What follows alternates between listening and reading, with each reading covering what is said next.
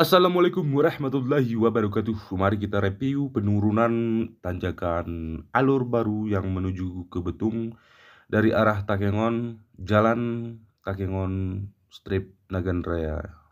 Ini turunannya cukup ekstrim ya, dan sangat ekstrim.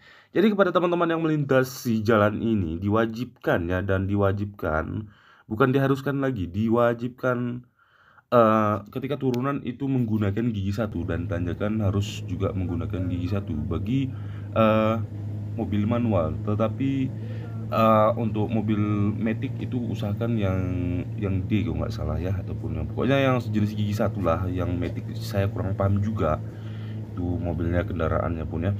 Terus motor pun juga harus menggunakan yang manual ya, harus menggunakan gigi satu di turunan dan di tanjakan. Jadi jangan sembarangan memasang gigi 2 dan 3.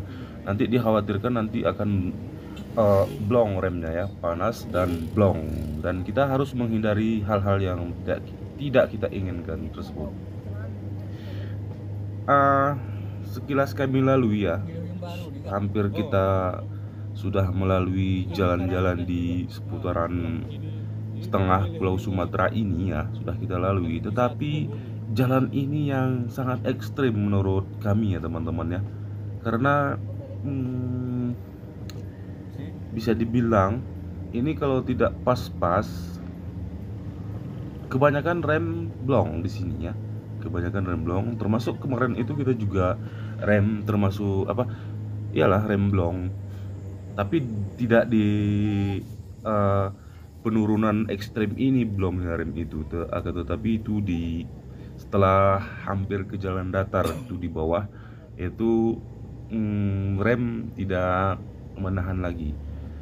Ini yang pertama, juga mungkin akibat disebabkan oleh terlalu banyak muatan di dalam mobil, itu berpengaruh juga teman-teman ya.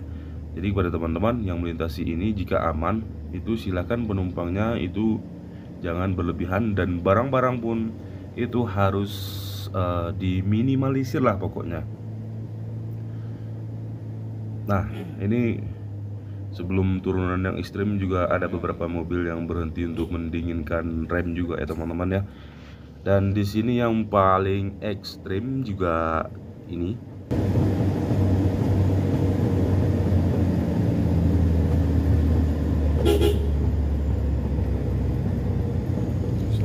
Ini dia.